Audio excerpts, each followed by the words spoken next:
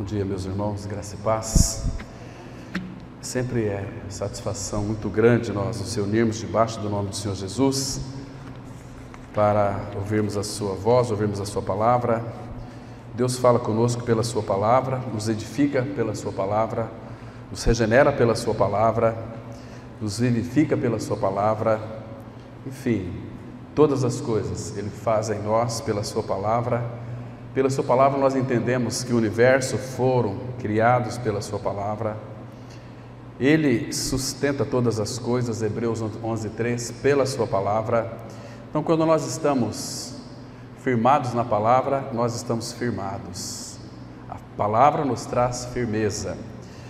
Irmãos, hoje vamos analisar um pouquinho para vivermos uma vida em profundidade com Cristo, no lugar secreto com Cristo. Vamos ler aqui em nosso boletim o primeiro texto de Romanos, capítulo 11, verso 33.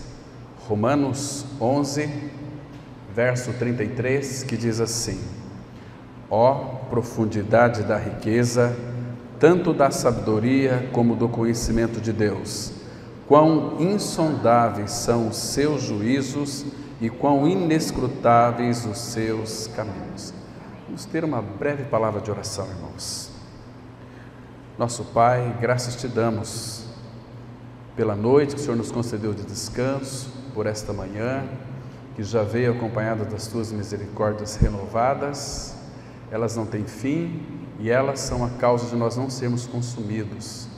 Obrigado, Pai, por esta manhã tão especial. Quando o Senhor nos reúne, o Senhor deseja falar conosco. Pai, que o Senhor encontre em nós corações abertos para receber a Tua palavra, para que ela então nos edifique e Tu frutificas ela em nós. Nós entregamos, ó Pai, este ambiente em Tuas mãos, nós confiamos esse tempo às Tuas mãos. Abra os céus para nós. Queremos ver nesta manhã, Pai, um céu sem nuvens, para que haja uma comunicação direta do Teu Espírito em nosso espírito que foi regenerado. Entregamos nas Tuas mãos, Pai, esse tempo. Em nome de Cristo nós oramos. Amém. Irmãos, eu já disse para vocês em algumas reuniões que uma das grandes, vamos dizer assim, maldições da igreja é quando a igreja vive uma vida superficial, uma vida rasa. Quando isso acontece, irmãos, vai haver muito desânimo no meio do povo de Deus. Então, aquilo que Hebreus fala, que cada um de nós necessitamos de perseverança em seguir o Senhor, como foi Caleb. Vocês se lembram? Ele entrou na posse da terra, porque ele creu no Senhor, peregrinou junto com aquele povo murmurante. Irmãos, aquele povo, mais de 2 milhões de pessoas entraram, Josué e Caleb, na terra prometida. Aquela terra é uma figura de Cristo, da plenitude de Cristo. Quando estamos na terra, nós estamos em Cristo. E para chegar àquela terra, claro que tem o rio Jordão, que significa morte, descida, morte. Para entrar em Canaã, precisa necessariamente passar pela morte. Para um homem e mulher nascer de novo, precisa, para ver o reino de Deus, passar pela morte em união com Cristo. Não apenas crer que morreu com Cristo, isso é uma verdade que tem que ser proclamada, porque é a nossa experiência, mas também crer que nós recebemos uma nova vida pela ressurreição de Cristo. Pedro fala em 1 Pedro 1:3, que nós fomos regenerados para uma viva esperança mediante a ressurreição de Jesus Cristo, porque Ele nos ressuscitou junto com Ele, e Ele já nos colocou numa posição assentado nos lugares celestiais em Cristo. Efésios 2, verso 6. Então, isso é fundamental. Hoje, irmãos, nós queremos avançar um pouquinho mais para nós, de alguma maneira, aprendermos a vivermos uma vida profunda com Cristo. Para que, irmãos, para que nós não venhamos, nesses últimos dias, a viver uma vida temerosa com os acontecimentos que estão surgindo neste mundo. Porque quando nós vivemos uma vida em união com Cristo, em profundidade com Ele, isso significa que nada mais pode nos abalar, porque nós temos uma pessoa dentro de nós, porque muitos têm Cristo, já creu na sua morte e ressurreição com Cristo, mas eles não cresceram, não avançaram, não tiveram o desejo de conhecer o Senhor, e com isso eles começaram a retroceder. Por isso que, irmãos, a gente vê hoje no meio do povo de Deus um grupo ou uma igreja totalmente deficiente nas áreas espirituais.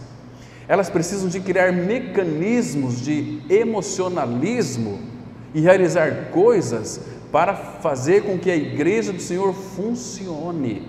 Não é assim, irmãos. Quem dirige a igreja que Ele mesmo comprou é o nosso cabeça, é Cristo.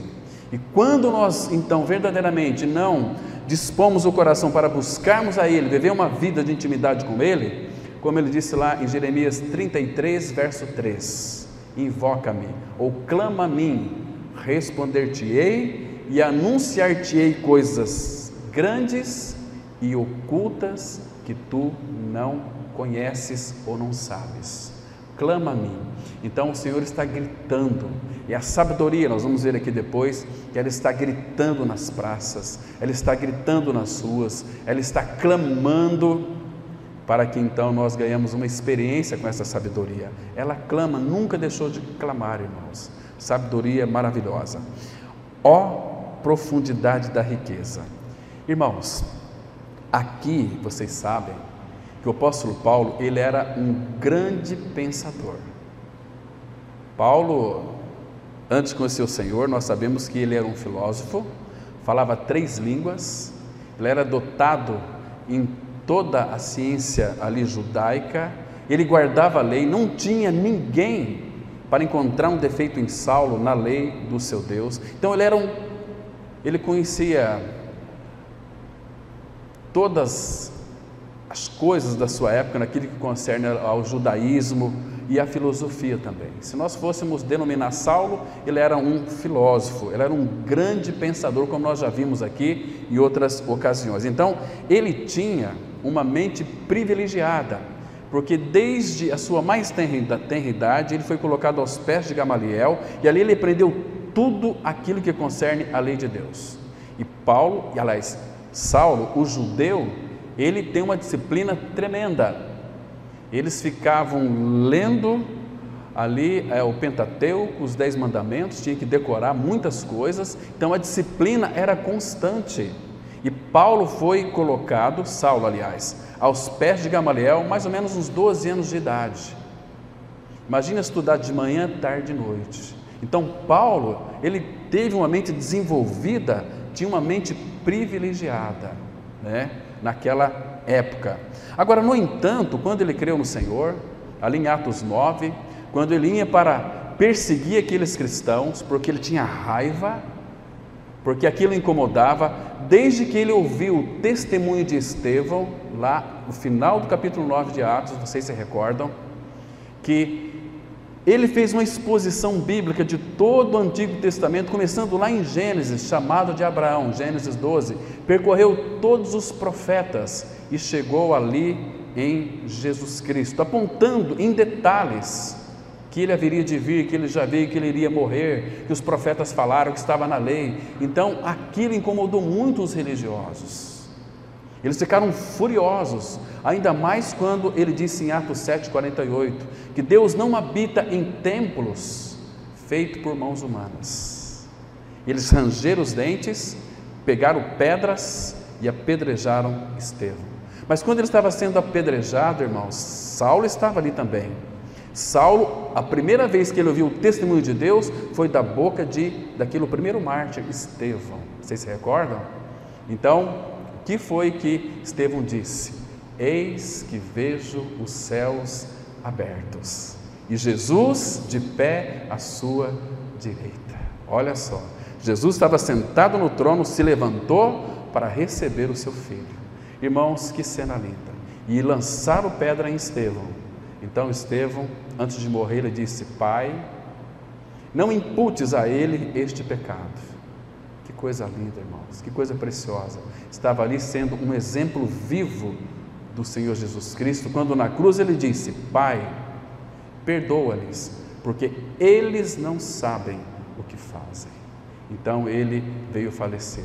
E a palavra fala que Saulo, aquele grande fariseu, ele consentia na sua morte. E Saulo respirava ainda ameaças de morte, porque, irmãos, o que vai despertar um religioso a crer é quando ele fica nervoso. Quando vem pessoas aqui nos visitar à noite e pega, pastor Cláudio, mas a pregação foi uma bênção. Eu falo, meu Deus, não atingiu o cerne. Quando a pessoa sai de bico, tromba de elefante, bravo para casa, aí a palavra tocou e pegou, né? Então Saulo foi tocado por aquela mensagem de Estevão. Ele ficou furioso, respirando ameaças de morte. Ele começou então a pegar cartas dos sumos sacerdotes para prender os cristãos. Imagina Saulo com a sua turba, entrava naquelas casas onde estavam ali os cristãos. O que Paulo via, irmãos? Ovelhas mudas. Arrastavam aqueles cristãos das suas casas e batiam neles, e muitos matavam, levavam manetados para Jerusalém. Então foram irmãos que sofreram, irmãos. Fico pensando aqui, quando Paulo então teve aquele encontro com o Senhor Jesus, quando aquela luz do céu brilhou. Aquela luz não é uma luz qualquer, é a glória de Deus, cercou Paulo, e ele caiu, rosto em terra, e ficou cego para este mundo. Irmãos, ali Paulo aprendeu tanta coisa, irmãos.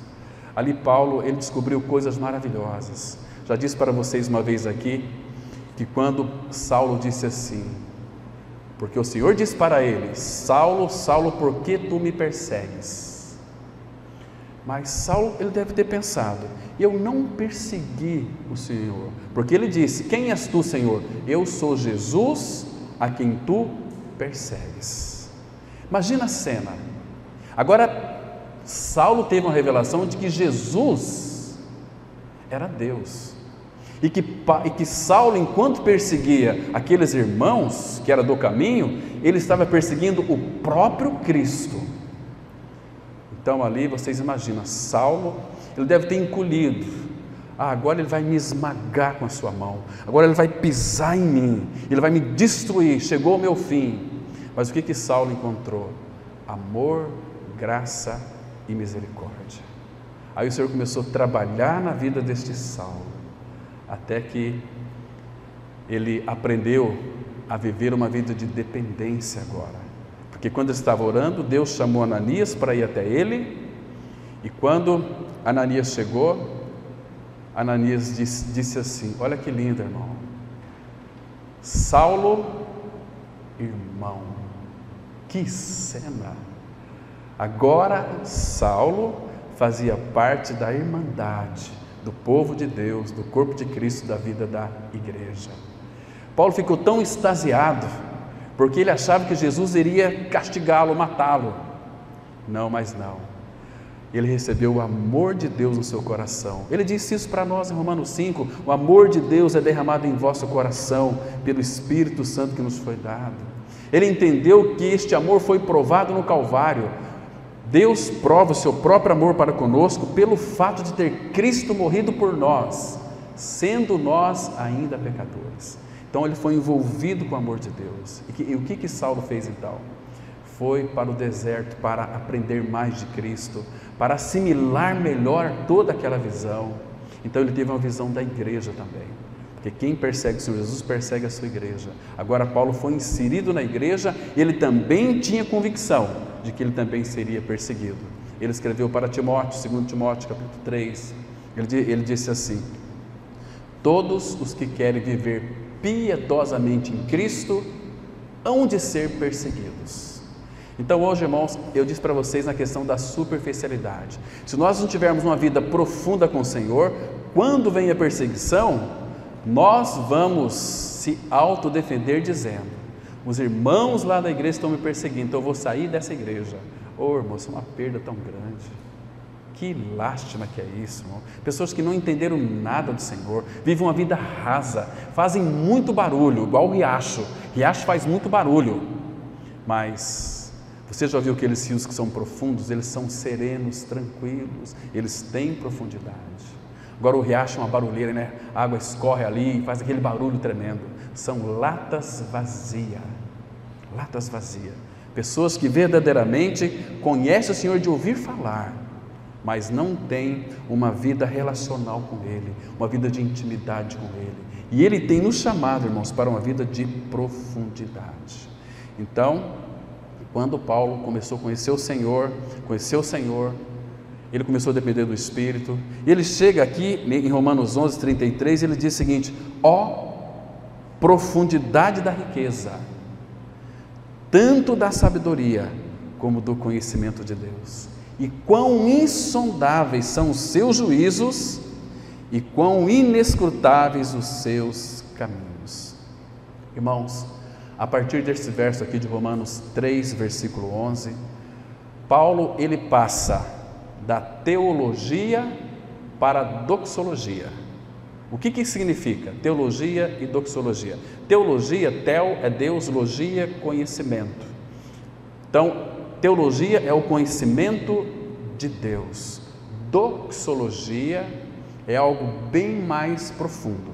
À medida que você vai conhecendo o Senhor, pelo conhecimento do Senhor, teologia, mas chega um tempo que você entra na doxologia.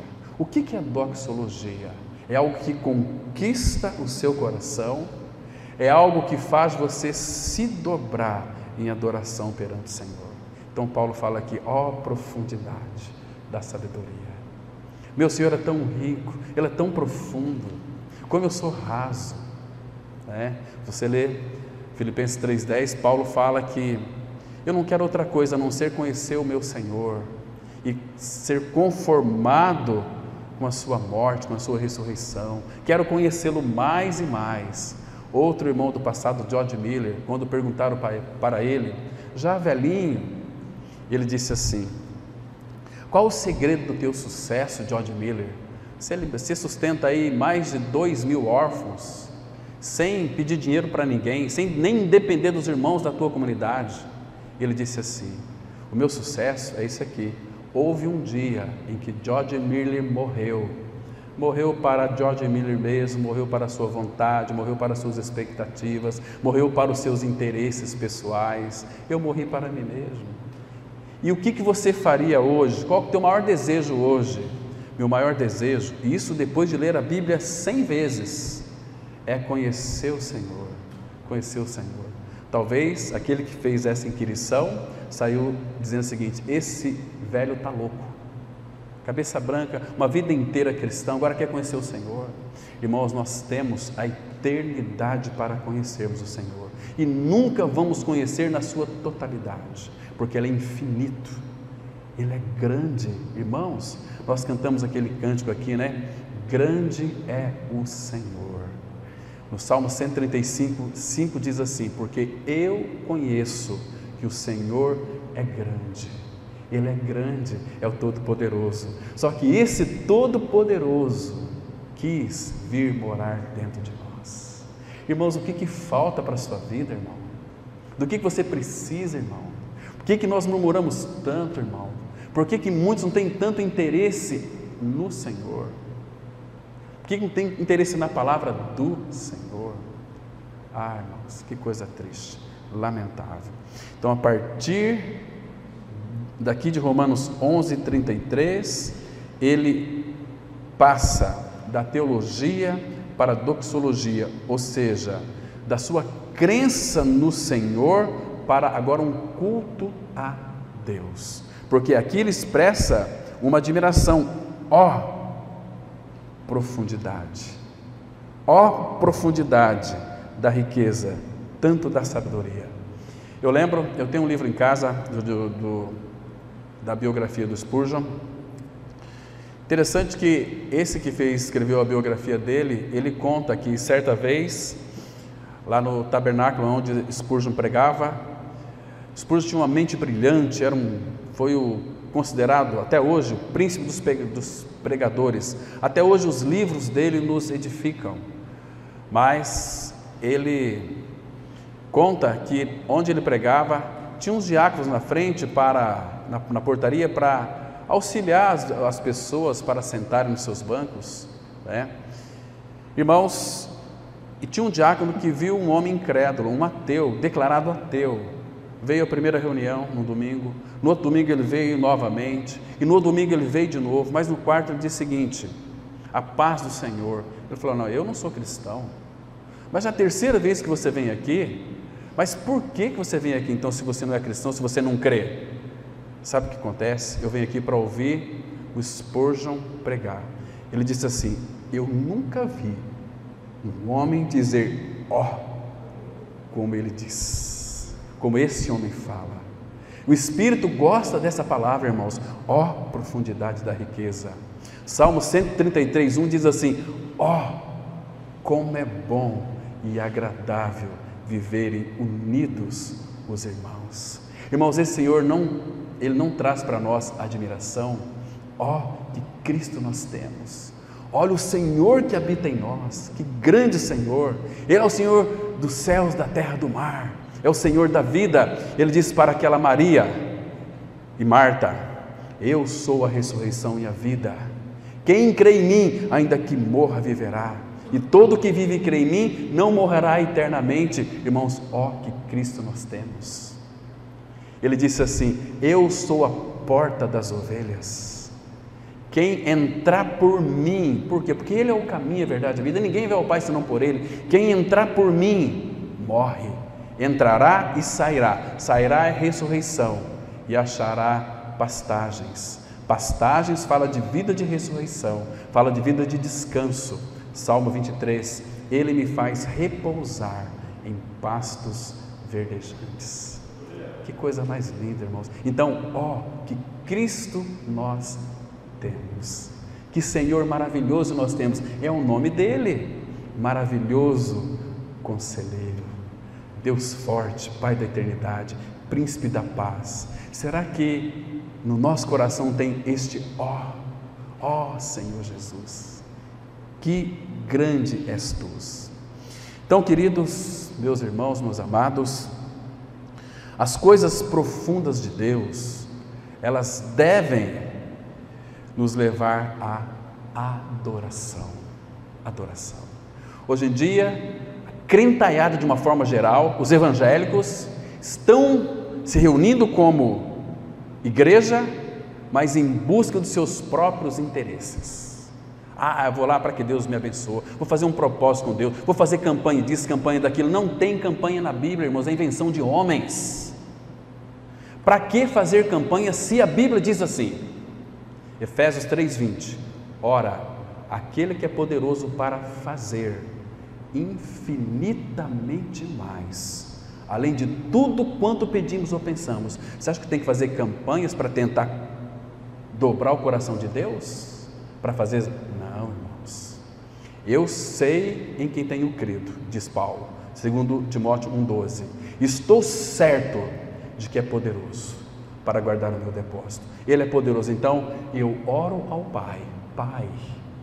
Não preciso nem mudar a minha entonação de voz. Olha, eu fico muito assim indignado quando eu vejo pregadores, quando vai orar, muda até a voz. Ó Deus, nós estamos na tua presença. Você está na presença, quer dizer que aqui, mas depois você sai da presença dele. Ele está em nós, nós estamos nele. Nós não entramos na presença dele, irmãos. Ele está em nós, a presença dele em nós e nós nele é 24 horas por dia, 365 dias por ano. Ele está conosco todos os dias, até a consumação do século.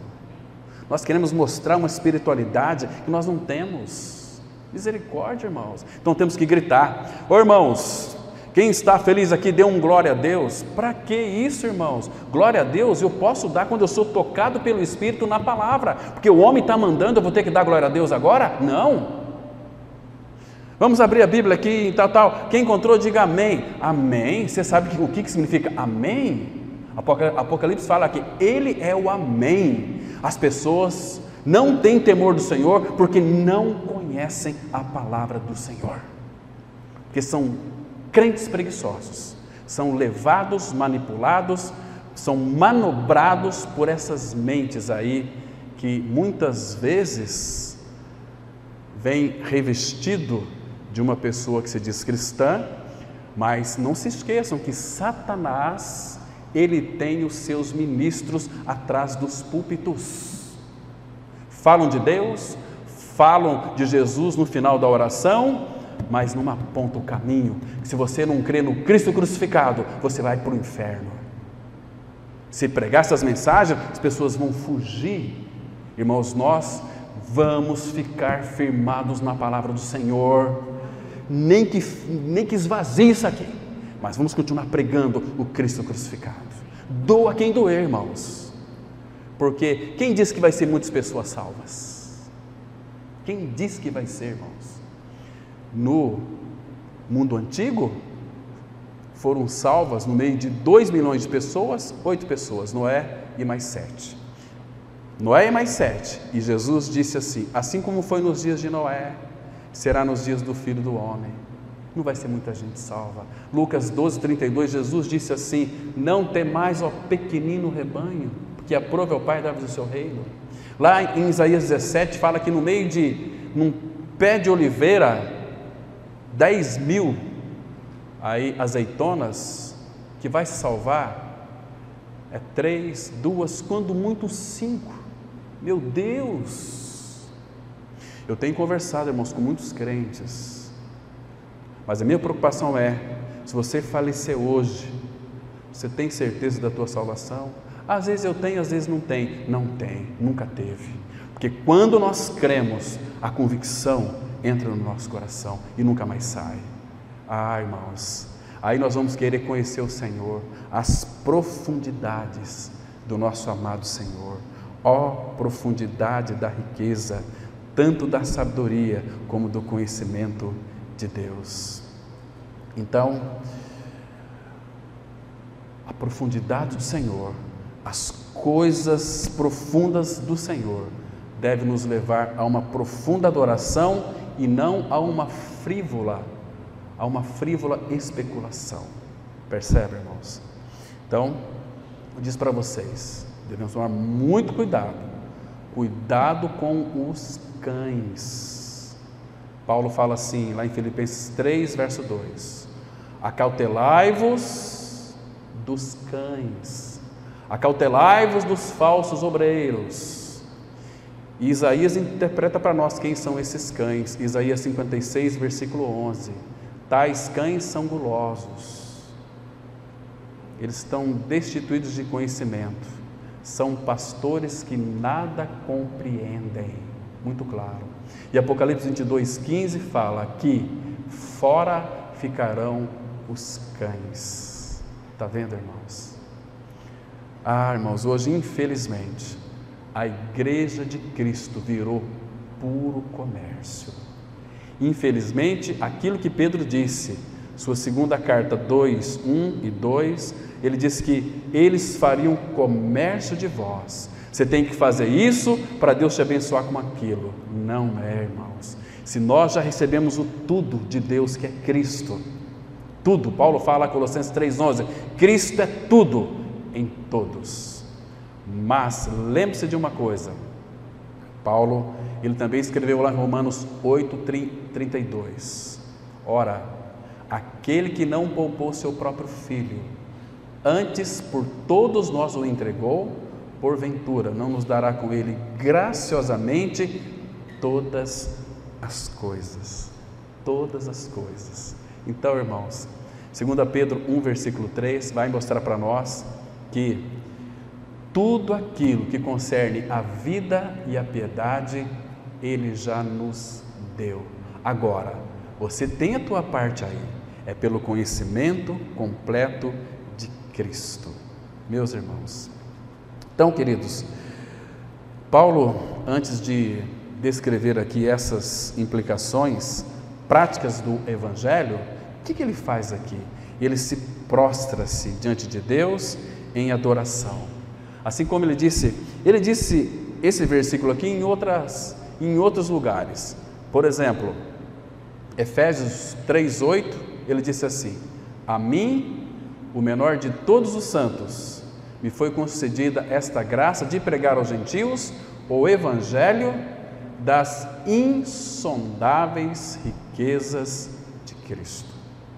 Então, o nosso amado Senhor, Ele é muito rico, irmãos. Ele é riquíssimo, riquíssimo em sabedoria, riquíssimo em poder. Ele tem todo o poder, riquíssimo em conhecimento. Nosso Deus e Pai, Ele é maravilhoso. Agora, que bom poder chamá-lo de Pai. E outra coisa, e também muitos tentam aí esquadrinhar o seu entendimento. O entendimento do Pai não é esquadrinhado. Lá em Isaías 40:28 fala que o seu entendimento ninguém pode esquadrinhá-lo, colocar em quadros e dissecar. Lembra aquele texto de João 17:3? E a vida eterna é esta, que te conheçam a ti, único Deus verdadeiro, e a Jesus Cristo a quem tu enviaste. A vida eterna nos foi dada para conhecer o Senhor, e teremos a eternidade inteira e não vamos conhecer Ele na sua totalidade, porque Ele é Deus, Ele é infinito, Ele é a própria sabedoria encarnada. E a sabedoria de Deus, irmãos, deve nos fazer tremer. Por favor, abra comigo lá em Jó capítulo 26. Jó capítulo 26. Vamos ler aqui alguns versículos que nos chamam muito a nossa atenção. Vou ler Jó, vamos ler a partir do versículo 6. Jó 26, o verso 6 e 7. Diz assim: essa sabedoria do Senhor, irmãos, nos faz tremer. Diz assim, versículo 6: o além está desnudo perante ele. O além. O que é o além, irmãos? O além aqui está além da nossa compreensão. É o além. O além está desnudo perante ele. Olha o tamanho que é o nosso Pai. E o que mais? E não há coberta para o abismo. Você já chegou diante de um abismo que parece que não tem fim, mas para o Senhor tem. Ele diz aqui no versículo 7: Ele estende o norte sobre o vazio e faz pairar a terra sobre o nada. Irmãos, medite nesse versículo 7 aqui, que é muito lindo. Ele estende o norte sobre o vazio, e faz pairar a terra sobre o nada. Que precioso é o nosso Senhor. Então Ele sustenta todas as coisas. Imagina se o Senhor nos sustenta, se Ele dá uma chacoalhada na terra, como é que vai ser, irmãos? Que Deus nós temos, irmãos, que Cristo nós temos. Vamos ler mais uns versículos aqui, desse mesmo capítulo.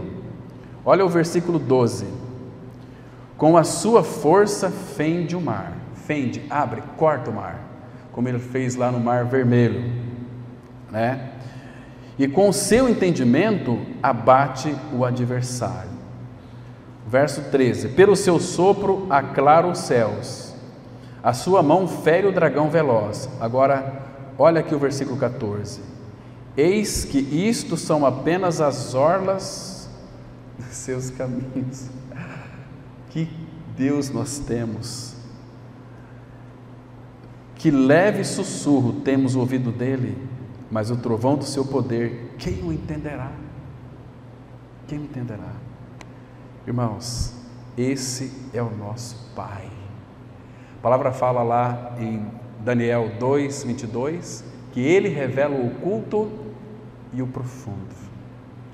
Vamos para Daniel, irmãos, capítulo 4, vamos ler o versículo 35. Vale a pena ler esse versículo aqui, porque é preciosíssimo demais.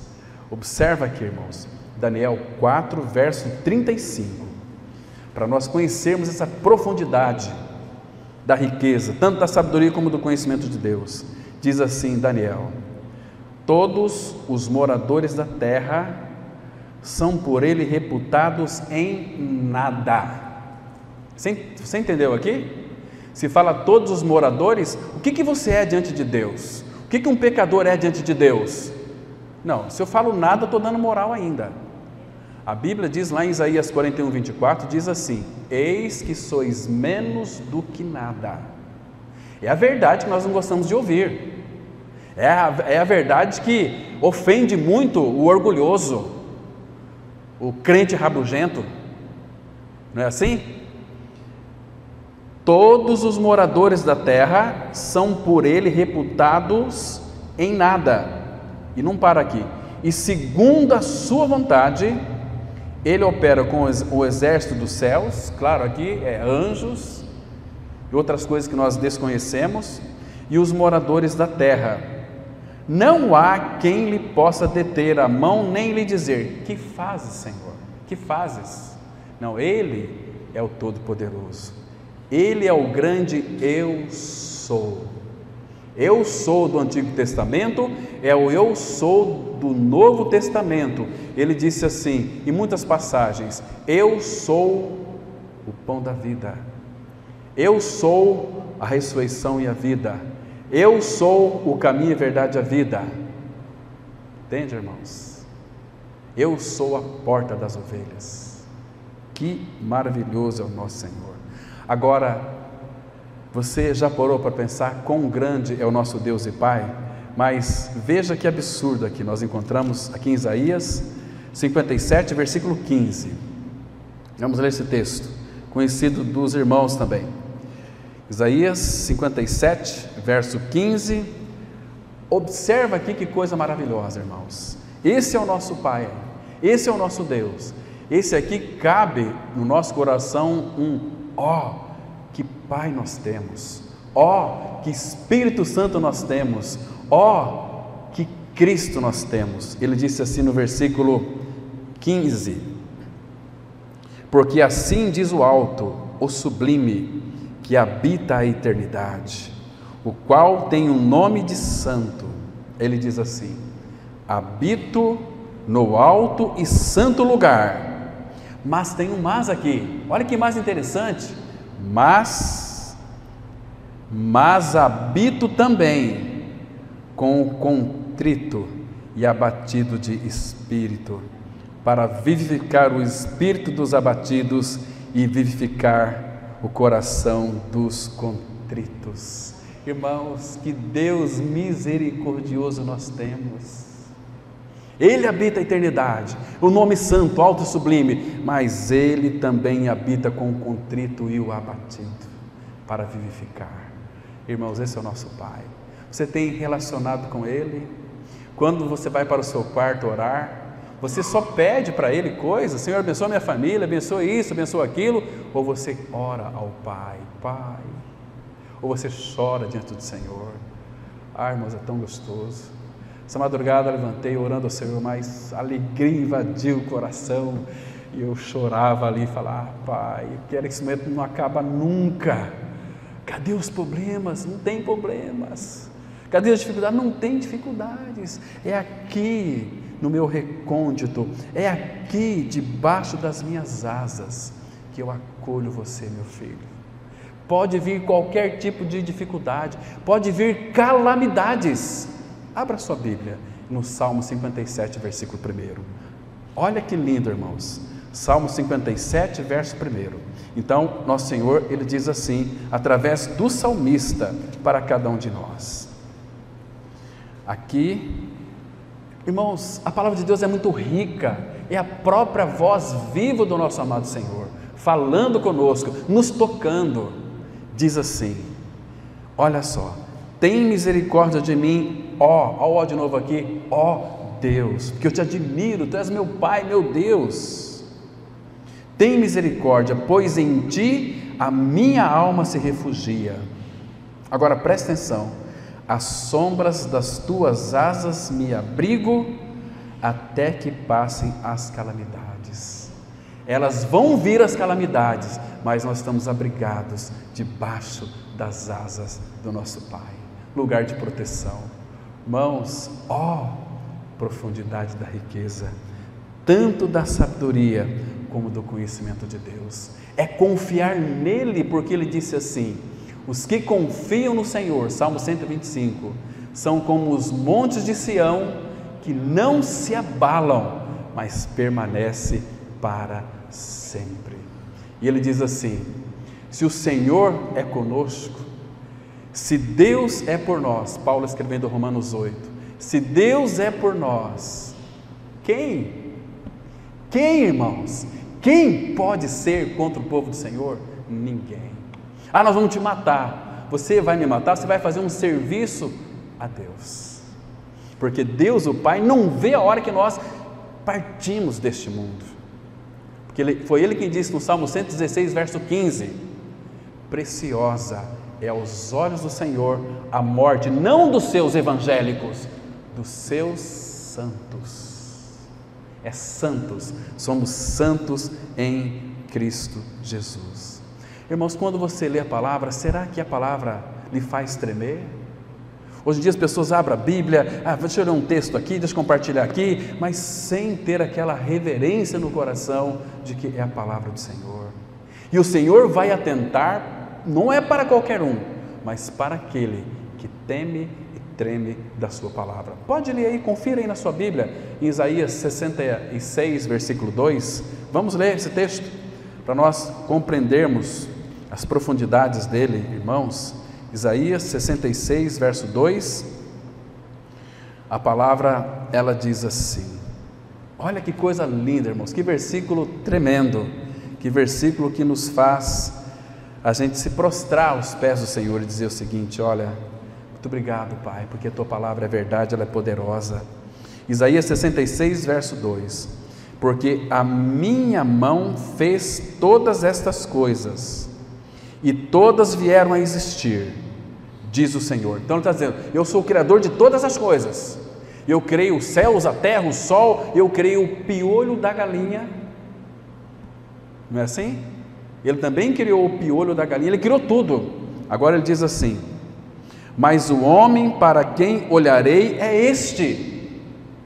Olha, nos chamando a atenção aqui, olha aqui para quem ele vai olhar: o aflito e abatido de espírito, e que treme da minha palavra. É para esse que ele vai olhar, é para esse, irmãos, que o reverencia, que teme da sua palavra, que guarda a sua palavra. Jesus, ele disse assim para seus discípulos, lá em João 14, 23, quem me ama, guardará a minha palavra, e meu Pai o amará, e viremos para ele, e faremos nele morada. Que Cristo nós temos, irmão, a Trindade Santa habitando, morando dentro de cada um de nós. Isso é maravilhoso. Então aqui em Romanos 11, 33, nós só podemos dizer que todas as coisas provêm de Deus. Todas as coisas, que todas as coisas têm o seu ser em Deus, nele, e que todas as coisas terminam em Deus. O que mais nós podemos dizer, irmãos? Mais nada. Romanos 11, 33 mostra que Deus entregou ao homem uma mente, e é um dever de todo homem regenerado, filho de Deus, usar essa mente para pensar até o limite do pensamento humano, porque nós somos limitados, mas o Espírito Santo que habita em nós é ilimitado. Igual estava conversando recentemente com um pastor, e ele disse assim para mim: pastor Cláudio, não vejo a hora de ir para a glória. Eu falei: mas por que, irmão? Lembra que a palavra fala lá em 1 Coríntios 2:9, nem olhos viram, nem ouvidos ouviram, nem jamais penetrou no coração do homem, são as coisas que Deus tem preparado para aqueles que o temem. Eu falei: você leu o versículo 10? Não, então leia. 1 Coríntios 2:10 está escrito assim: mas Deus nolo revelou pelo seu Espírito, porque o Espírito perscruta todas as coisas, até mesmo as profundezas de Deus. Eu disse para ele: não é lá, mas começa aqui. Ele já revelou. Irmãos, revelação de Deus na palavra não vai cair no colo de ninguém que é preguiçoso, que é negligente, que não vai buscar diante do Senhor uma vida de intimidade, não interesseiros, porque hoje em dia as pessoas são muito espículas, vai tentar de alguma maneira buscar a Deus pelos seus próprios interesses. Jesus disse para aqueles seus seguidores: vocês estão me seguindo, não é porque vocês estão interessados em mim, porque vocês estavam com a barriga vazia e eu fartei vocês, não é assim? Hoje em dia é assim, irmãos, são esses mendigos espirituais, mas aquele que verdadeiramente creu no Senhor, na sua morte e ressurreição com Cristo, estão avançando em conhecer o Senhor. Irmãos, nós não podemos dizer que somos mendigos espirituais. Como que podemos ser mendigos se o Todo-Poderoso habita em nós? Estou crucificado com Cristo, logo já não sou eu quem vive, mas Cristo vive em mim. Como que pode ser um mendigo espiritual, irmãos? Ainda que eu não tenha nada neste mundo, eu tenho tudo, que aqueles que têm tudo e acham que têm tudo, não tem nada, mas só tem tudo aquele que é habitado pelo Senhor da glória. Então, irmãos, aqui Romanos 11:33 tem uma lição interessante para nós aqui, é que o estudo da teologia, ó profundidade da riqueza, deve nos levar à compreensão de que Deus, Ele não pode ser domesticado e nem plenamente compreendido pela nossa mente finita, perímetro de boné. Não tem possibilidade, irmãos. Porque Paulo aqui, se você olhar com bastante cuidado, você vai descobrir que aqui Paulo, ele destaca 3 verdades preciosas. A profundidade da riqueza. Paulo já havia falado sobre essas riquezas. Romanos 2,4 ele diz assim: ou porventura vocês ignoram a riqueza da sua bondade, que é pela bondade dessa riqueza da sua bondade, é que te conduz ao arrependimento. Irmãos, vocês sabiam que quando eu prego para vocês assim, vocês têm que se arrepender, é uma forma inadequada de pregar? Porque se eu falo assim, vocês têm que se arrepender, queridos, o arrependimento não está em nós, o arrependimento vem de Deus, é dado por Deus. Essa é uma das riquezas. Abra comigo em Romanos 2, versículo 4. Vamos ver esse texto aqui, muito lindo, irmãos. Vamos descobrir aqui quem que vai nos levar ao arrependimento, pela riqueza dele. Romanos 2, verso 4. Irmãos, por favor, não esqueça desse versículo, ele é fundamental.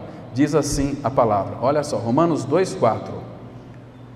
Ou desprezas a riqueza da sua bondade. Então, quando Paulo fala, ó profundidade da riqueza, Deus é rico em tudo.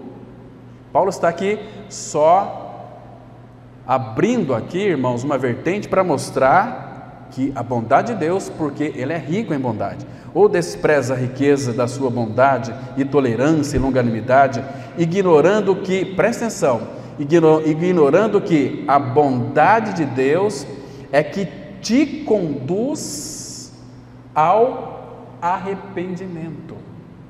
Então não posso dizer que vocês têm que se arrepender, posso dizer o seguinte: vocês têm que conhecer a bondade de Deus. Quanto mais vocês conhecem que Deus é bom, mais essa bondade se revelará a vocês e vocês irão se arrepender. Puxa vida, como eu sou terrível, Deus é tão bom para mim, então eu não posso, ajuda-me, Senhor, a ter um arrependimento genuíno. Não é nós que nos arrependemos, é Ele quem nos conduz ao arrependimento. E a Bíblia explica a Bíblia. Abra aí, por favor, em Atos dos Apóstolos, capítulo 5, que vai mostrar de uma forma mais clara ainda, 5, versículo 30 e 31. Aqui nós vamos descobrir que não é você que se arrepende. Você pode se arrepender sim, mas se Deus lhe concedeu o arrependimento. Olha só, Atos 5, verso 30 e 31. O Deus de nossos pais ressuscitou a Jesus, a quem vós matastes pendurando num madeiro. Agora, olha o 31. Deus, porém, com a sua destra, o exaltou a príncipe e salvador, a fim de conceder a Israel o arrependimento e a remissão de pecados. Quem concede o arrependimento, irmãos? É Deus o Pai. Você, olha, eu sei que tem muitos aí que se arrependem, né? Não é puro remorso, como foi Judas, teve muito remorso. O religioso, ele se arrepende assim, né? Bom, agora que eu sou uma nova criatura, eu não posso fazer mais as coisas velhas, eu não posso fazer, esse eu é um maldito eu não posso ir mais lá, não posso mais aquilo, não posso, você pode todas as coisas, mas nem todas as coisas convêm. Você pode todas as coisas, mas nem todas as coisas vai lhe edificar. O Espírito Santo que está em você e em mim, Ele é aquele que vai discernir aquilo que eu vou fazer e aquilo que eu não vou fazer. O religioso vive pelo certo e errado. Vou fazer isso, não, está errado, eu não posso fazer. Isso aí é o mundo. Os gentios têm isso. Se você ler Romanos 2, você vai descobrir que os gentios têm a lei gravada na sua mente. Então, mesmo não conhecendo o Senhor, eles sabem aquilo que é certo, que os moralistas, e tem muitos crentes moralistas, então eles sabem, sem conhecer a lei de Deus, ele pratica a lei de Deus, porque ele foi educado sobre o certo e errado. Mas o Filho de Deus, irmãos, guarde bem isso aqui, não vive mais pelo certo e errado, vive por uma coisa chamada paz. Se isso aqui eu vou fazer, se aquilo lhe trouxer inquietação, não faça, porque não é da vontade do Pai. Se você está fazendo e você tem paz no coração, pode fazer, que não vai ter problema. Você tem a bênção do Senhor, não é assim?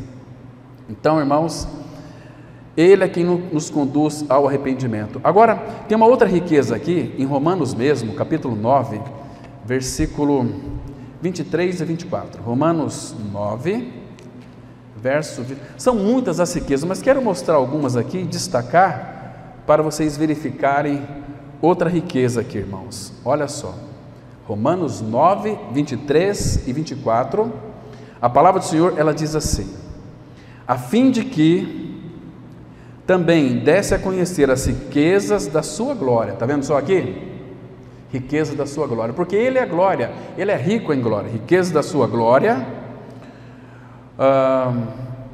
em vasos de misericórdia, ou seja, aqueles que Ele teve misericórdia, Ele se colocou dentro de nós, Ele é a glória, e através de nós, esses vasos de misericórdia, se desse a conhecer para o mundo tem que ver na igreja, nos seus filhos, a glória de Deus, entendeu aqui? A fim de que desse a conhecer as riquezas da sua glória em vasos de misericórdia, que para a glória preparou de antemão. Agora, vamos ver quem são esses que Ele preparou de antemão, os quais somos nós. E não para aqui, a quem também chamou, não só dentre os judeus, mas também dentre os gentios. Está vendo aqui a riqueza, irmãos? Então, e aqui, agora está aí pertinho, em Romanos 10, 12, também tem aqui uma riqueza muito interessante, que diz assim, irmãos, que coisa preciosa, pois não há distinção, Romanos 10, 12, entre judeu e grego, uma vez que o mesmo é Senhor de todos, rico para com todos os que o invocam. Ele é rico. Invoca o Senhor, Ele é rico, vai ser rico, você vai experimentar toda a sua riqueza. Irmãos, então vamos avançar um pouquinho aqui. Eu tinha mais coisas para poder dizer, para nós introduzirmos esse assunto, mas nós precisamos, com a ajuda do Senhor, fazermos uma leitura aqui. Então, não há nada como a profundidade para nos tornar insatisfeitos com as coisas superficiais e rasas. Uma vez que tenhamos cavado abaixo da superfície, experimentado as maravilhas e os mistérios que há na profundidade, percebemos o valor de investirmos o tempo necessário e enfrentarmos todo obstáculo para alcançarmos essas profundezas. Irmãos, não deixa nada se interpor no seu caminho. Lute, busque o Senhor, não deixa preguiça, não deixa coisas se interpor no seu caminho. Seja um perseverante em conhecer o Senhor, tendo Ele como primazia, como preeminência. Não deixa coisas ocupar o lugar de Cristo na sua vida, irmão. Não, você não vai crescer. Amanhã ou depois, você está tão sobrecarregado com o mundo, que essa sobrecarga irá lhe sufocar. Isso é particularmente verdadeiro no reino espiritual. Deus nos convida a irmos mais a fundo e não ficarmos satisfeitos com os aspectos superficiais. Vamos ler 1 Coríntios 2, verso 10. O Espírito a todas as coisas perscruta, até mesmo as profundezas de Deus. Irmãos, essa ideia aqui de perscrutar, Macintosh, ele diz o seguinte: é como perscrutar, segundo o comentário que ele fez, é você olhar por baixo, entende? Você olha por baixo. Por exemplo, lembra do tabernáculo? O tabernáculo, ele era, quem olhava de fora assim, via aquela tendona, e que fazia as suas jornadas pelo deserto. Quem via aquele tabernáculo falava: puxa, aquilo lá parece um rato feio, olha que coisa mais feia, parece um ratão andando no meio do deserto. Mas para os sacerdotes, eles olhavam por baixo. O que eles viam, irmãos? Eles viam ali o santo lugar. E o sacerdote, quando entrava no Santo dos Santos uma vez por ano, o que ele contemplava? Ali, ele entrava com sangue, aspergia ali, que chama-se o propiciatório, que é o assento de misericórdia. Era muito lindo, maravilhoso. Então, para nós olhamos pelo lado de dentro. Nós vemos todas as riquezas do Pai, quem Ele é, porque Ele era uma figura daquilo que Cristo é e fez. Dentro da arca encontrava-se 3 coisas fundamentais: a lei, o maná e o bordão de Arão que floresceu, tipificando a ressurreição. Que lindo era aquilo, irmãos, aqueles candeeiros, percebe? Então, quem olhava de fora, não, aquele povo lá é um povo crente, é um povo como Balaão lá em Números capítulo 23, versículo 21, lembra? Que Balaque assalariou Balaão para amaldiçoar o povo de Israel. Mas quando Balaão iria amaldiçoar, o Espírito se apossava de Balaão e ele abençoava. Então ele falava: vamos para no cimo daquela penha, ia lá, vamos amaldiçoar. O Espírito vinha, fazia o seu trabalho e ele abençoava. E Balaque: eu pago para você amaldiçoar e você abençoa. Agora Balaão disse uma coisa muito linda, irmãos, que está lá em Números capítulo 23: do cimo dos montes vejo Israel, é um povo que habita só e que não é contado entre as nações. Irmãos, a igreja é um povo que habita só e que não é reputado entre as nações. Essa é a igreja de Cristo, a igreja verdadeira, a igreja genuína, não essas igrejas prostitutas religiosas. Que misericórdia! Parece que tem mais o capeta lá dentro, Satanás, do que a própria manifestação da verdade. É tanto barulho que ninguém consegue ouvir a voz do Pai. Querem conhecer a Deus pelas suas emoções, não é pela emoção, irmãos. Deus é Espírito e importa que os seus adoradores o adorem em espírito e em verdade. Então aqui, o Espírito a todas as coisas perscruta. Irmãos, eu quero ajudar os irmãos aqui em alguns contrastes. Devemos tomar muito cuidado com essa todas as coisas. Abra sua Bíblia, por favor, em 1 Coríntios, capítulo 2, versículo 14 e 15. Aqui nós temos uma coisa muito interessante. 1 Coríntios 2, verso 14 e 15. Lembra aqui que o Espírito a todas as coisas perscruta. Vamos olhar aqui o versículo 14 e 15. Diz assim: ora, o homem natural não aceita as coisas do Espírito de Deus, porque eles são loucura e não pode entendê-las, porque elas se discernem espiritualmente. Porém, o homem espiritual julga, ele discerne, aqui julga significa discerne, ele discerne todas as coisas, mas ele mesmo não é julgado por ninguém. Todas as coisas. O homem natural não aceita as coisas do Espírito, porque para ele é loucura. Lembra lá de Colossenses capítulo 3, 1 e 2? Se já ressuscitastes com Cristo, buscai as coisas que são do alto, não nas que são aqui da terra. Buscai as coisas que são do alto. E no versículo 2 fala assim: pensai nas coisas que são de cima, não nas que são da terra.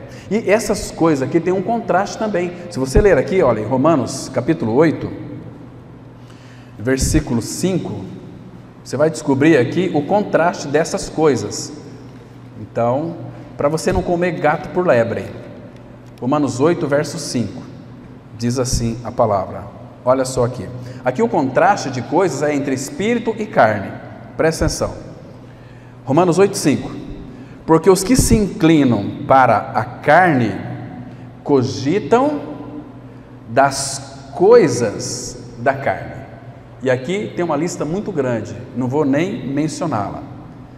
Então, os que se inclinam para a carne, cogitam das coisas da carne, mas os que se inclinam para o Espírito, das coisas do Espírito. Então, o que significa, irmãos? Como deve andar uma nova criatura, um filho de Deus? Vamos lá, aqui em 2 Coríntios 4, verso 18. 2 Coríntios 4, verso 18. 2 Coríntios 4, verso 18. Então aqui está o segredo para você viver, pensar, buscar, se inclinar para as coisas do alto. Diz assim: não atentando nós nas coisas que se veem, mas nas que se não veem, porque as coisas que se veem são temporais, e as coisas que não se veem são eternas. Sabe o que Paulo fala dessas coisas que se veem? Paulo não, João. 1 João 2,15, ele disse assim: não ameis o mundo, nem as coisas que há no mundo. Se alguém amar o mundo, o amor do Pai não está nele. Irmãos, eu tinha tanta coisa para nós falarmos hoje, mas tanta coisa, mas nosso tempo já encerrou. Nosso tempo é muito escasso. Queria pregar hoje até 5 horas da tarde, para nós analisarmos com mais perquirição e minudência as coisas que relacionam às profundezas de Deus. Mas, irmãos, o que é importante? Nós temos que crer e ficar crendo que na cruz Cristo já nos levou a morrer no seu corpo santo. Fomos sepultados com Cristo e juntamente com Ele nos ressuscitou e nos fez assentar nos lugares celestiais em Cristo. Sem essa experiência de morte e ressurreição com Cristo, nós não podemos avançar, porque o Espírito não vai habitar naquele no qual Ele mesmo fez a sua obra. Amém? Então vamos orar, irmãos. Pai, agradecemos ao Senhor por mais esse tempo que passamos aqui refletindo na Tua Palavra. Pai, tira dos nossos olhos toda a venda, para que possamos contemplar toda a Tua beleza, toda a Tua profundidade, toda a Tua formosura e toda a Tua glória. Continue, Pai, falando conosco pela Tua Palavra, que o Espírito Santo interprete essas verdades aos nossos corações. Leva-nos guardados para os nossos lares, e em Cristo que nós oramos. Amém.